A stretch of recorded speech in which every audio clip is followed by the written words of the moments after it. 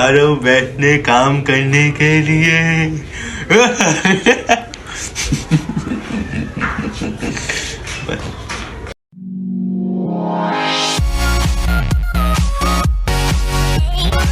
Bismillahirrahmanirrahim. Assalamu alaikum. My name is Shadur Ahmed and you are watching Weather of Limitations by Shadur Ahmed. तो today हम start करेंगे उसी जहाँ पे हम लोग छोड़ा था उसके आगे से। तो शुरू करते हैं।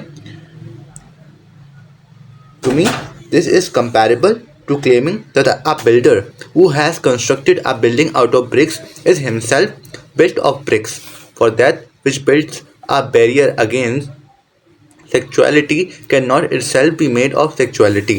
What is obvious here is the materialism that permeates the psychoanalytic way of thinking and also ultimately accounts for its atomism. यानी कि फ्रेड के अकॉर्डिंग FREUD फ्रेड के अकॉर्डिंग क्या था हमारे पास। फ्रेड के अकॉर्डिंग उसका मतलब ये था कि अगर किसी ने दीवार बनाई है, ठीक है, ब्रिक्स की मदद से बनाई है, तो जिसने ब्रिक्स की मदद से जिस तरह से जिसने वॉल बनाई है ब्रिक्स की मदद से बनाई है, तो ब्रिक्स की मदद से बनाई तो वो खुद किससे बनी हुई होंगी? ब्रिक्स से बनी हुई होंगी, ठीक है। ब्रिक्स से बनी हुई होंगी। हत्ता कि उसने इंसानों को भी क्या बोल दिया कि इंसान भी क्या है, ऐसी चीज़ है, ऐसी जो ब्रिक्स हैं और वो खुद ब्रिक्स से बने हुए हैं। जबकि हमारे पास जो वॉल का जो इस्तेमाल होता है वो क्या होता है? प्रोटेक्ट करने के लिए होता है, ठीक है। इसका हरगिज़ मतलब ये नहीं है कि जो वॉल जो है अगर हमने बनाई है प्रोटेक्ट करने के लिए, इसका कि हम भी उसी से बने हुए हैं। फ्रेड के अकॉर्डिंग हमारे पास तो सेक्सुअल ड्राइव है, वो उसका मतलब क्या है कि वो खुद ने उसी को ही क्या बनाया हुआ है और वही सब चीज़ों को क्या कर रही है? कंट्रोल कर रही है। अब फ्रेड का मतलब क्या था? साइको एनालिसिस, ऑब्जेक्टिविटी को लेकर। तो इसने क्या कर दिया? हर चीज़ को मटीरियलाइज कर दिया कि ये चीज़ ऐसी है तो इस चीज़ ने इसको बनाया हुआ है, तो ये चीज़ उससे भी खुद से ही ये चीज़ भी उसी से बनी हुई होगी। जो फ्रीड था, जो पोइट था, उसने बिल्कुल ही इग्नोर कर दिया कि हमारे पास जो ह्यूमन है, ठीक है, उसने कुछ सिंपल उसमें, ठीक है, कुछ उसके कॉम्प्लेक्स उसके रिजल्ट्स भी होते हैं, ठीक है। वो मेहनत करता है, उसको हार्डशिप्स करता है, उसको कुछ एक्सपीरियंसेस होते हैं, उसको बिल्कुल ही नेगलेक्ट कर दिया है हमारे पास फ्रीड ने, जो कि बिल्कुल ही क्या है? सही नहीं है। अच्छा, यहाँ पे दो वर्ड इस्तेमाल हुए हैं, एक मटेरियलिज्म और एक परमिएट्स, ठीक है। तो मटेरियलिज्म के मायने क्या होते हैं? कुछ ऐसी चीज़ जो कि मटेरियल से बनी हो, या उसके यानी कि उसका मटेरियल से वो फेवर करती हो, ऐसी चीज़, ठीक है। यहाँ पे कोई कॉन्क्रीट हो जिसको आप टच या फिर फील कर सकते हो। और परमिएट्स, PERMEATES, परमिएट्स, जिसके मायने क्या है? किसी चीज़ के ज़रिए से पेनिट्रेट होकर चले जाना या फिर किसी चीज़ के ज़रिए से गुजर जाना। इस पैराग्राफ क्या है कि in addition to atomism psychoanalysis is characterised by energism. Psychoanalysis in fact operates constantly with the concepts of instinctual psychoanalysis, ठीक है। In fact, instinctual energism and emotional dynamism drive as well as drive components work the same way as what physics all call a parallelogram of forces. अच्छा, हमारे पास instructional का मतलब होता है ख्वाहिशात, ठीक है, ख्वाहिशात, जज्बात अपने, ठीक है। और यहाँ पे अच्छा, ठीक है, तो यहाँ पे इंस्ट्रक्चुअल का मतलब हमारे पास क्या है कि इन ख्वाहिशात, जज्बात, और फ्रीड जो हैं उनके साइको एनालिसिस के मतलब उनके अकॉर्डिंग क्या है कि हमारे पास जो भी एनर्जी आ रही है, जो भी इमोशनल डायनामिज्म आ रहे हैं, जो भी इमोशनल अपडेट्स आ रहे हैं, वो सिर्फ और सिर्फ किसकी वजह से आ रहे हैं? वो सिर्फ और सिर्फ आ रहे हैं हमारे पास हमारे ख्वाहिशात और जज्बात की वजह से। अब आगे बढ़ते हैं। Drive as well as drive components work the same way as what physics call a parallelogram of forces. But on what are these forces working? The answer is the ego. The ego in the psychoanalytic view is ultimately a plaything of the drives, or as Freud himself once said, the ego is not the master in its own house. अब drives यानी कि कोई चीज़, ठीक है, जो दूसरी चीज़ों से मिलकर बनी है, ठीक है, द सेम वे जैसे कि फिजिक्स क्या कहते हैं, पैरेललोग्राम ऑफ फोर्सेस, यानी कि सारी फोर्सेस क्या कर रही हैं, एक ही जगह पे काम कर रही हैं, एक ही जैसा काम कर रही हैं, ठीक है, एक ही जैसा काम कर रही हैं, okay.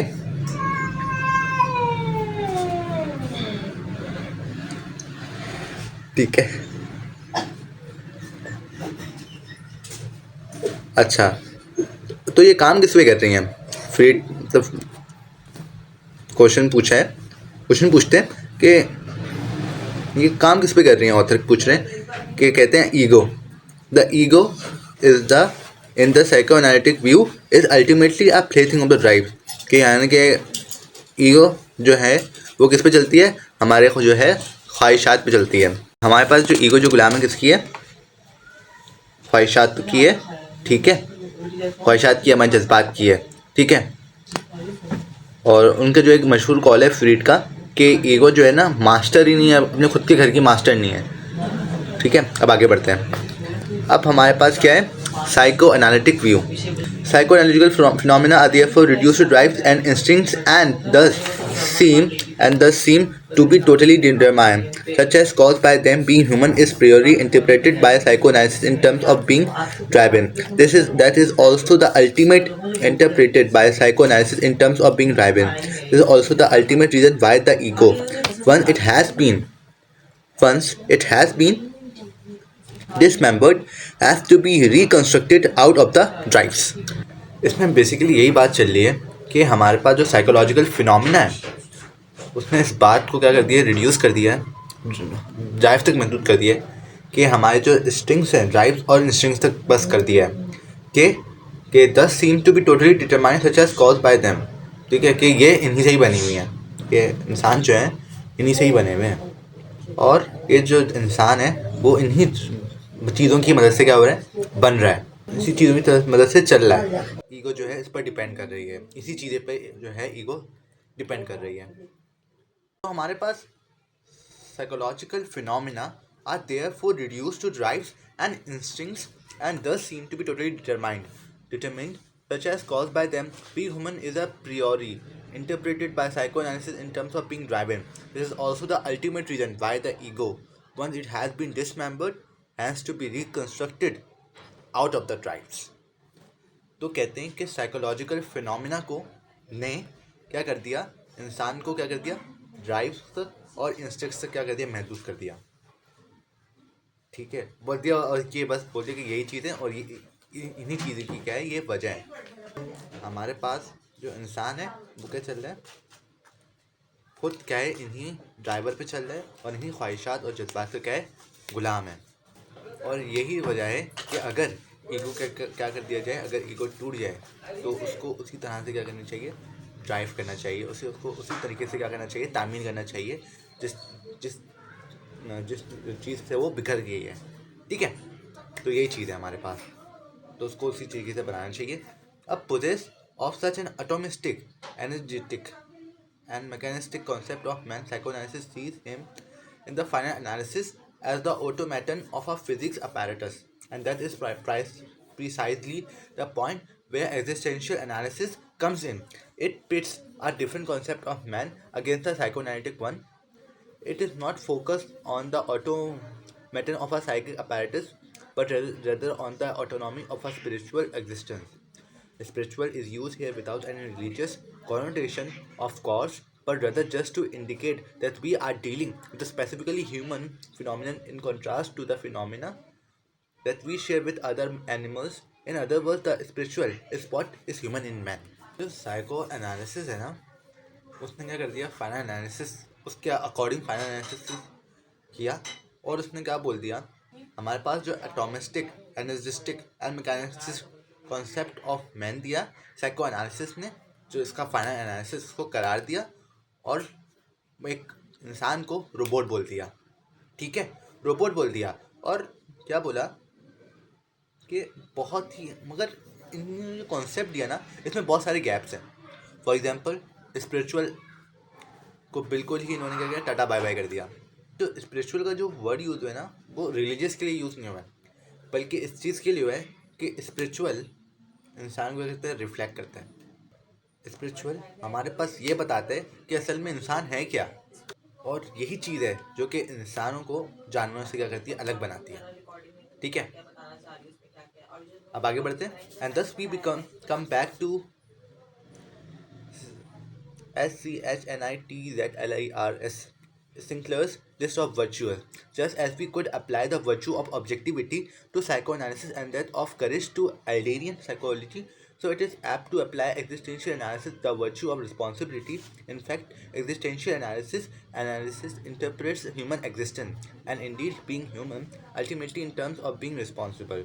The time we introduced the term existential analysis in 1938, contemporary philosophy offered the word existence to denote a specific mode of being that is basically characterized by being responsible. सिंक्लर्स के जो वर्च्यूज हैं, अब हम इसको क्या कर सकते हैं, कनेक्ट कर सकते हैं कि ऑब्जेक्टिविटी को साइको एनालिसिस के पे हम लोग अप्लाई कर सकते हैं, और करेज को यानी कि बहादुरी को, यानी कि जैसे कि पिछले भी बताया था कि किसी को अगर एहसास कमतरी तो उसको हौसला देना, तो ये अल्डेरियन साइकोलॉजी को क्या कर दिया जाए, अप्लाई कर दिया जाए। अब ये एग्जिस्टेंशियल एनालिसिस का क्या है, अब बता दिया कि existential analysis is the virtue of responsibility.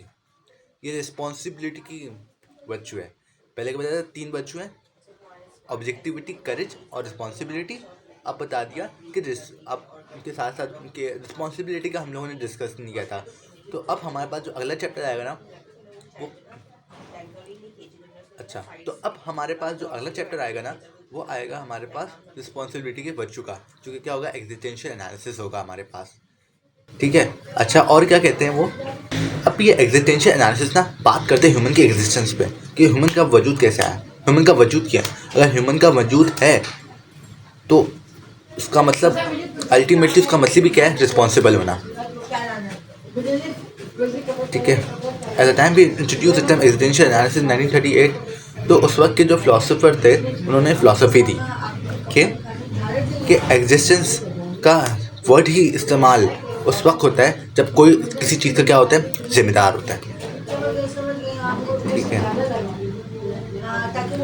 हम लोग अगर एग्जिस्टेंशियल एनालिसिस के ऊपर बात करते हैं ना तो क्या कहते हैं, रिस्पॉन्सिबलनेस को लेकर हम लोग बात करते हैं। ठीक है, और हमें इस क्वेश्चन को क्या करना चाहिए, इन्वर्स करना चाहिए कि लाइफ की मीनिंग क्या है। ठीक है, और ये आर्टलीस्ट जो सील सोल है वो इस बात को करते हैं, इन्वर्स करते हैं अपनी बुक जो है इनकी उसमें। ठीक है, तो बस आज तक के लिए यहाँ तक।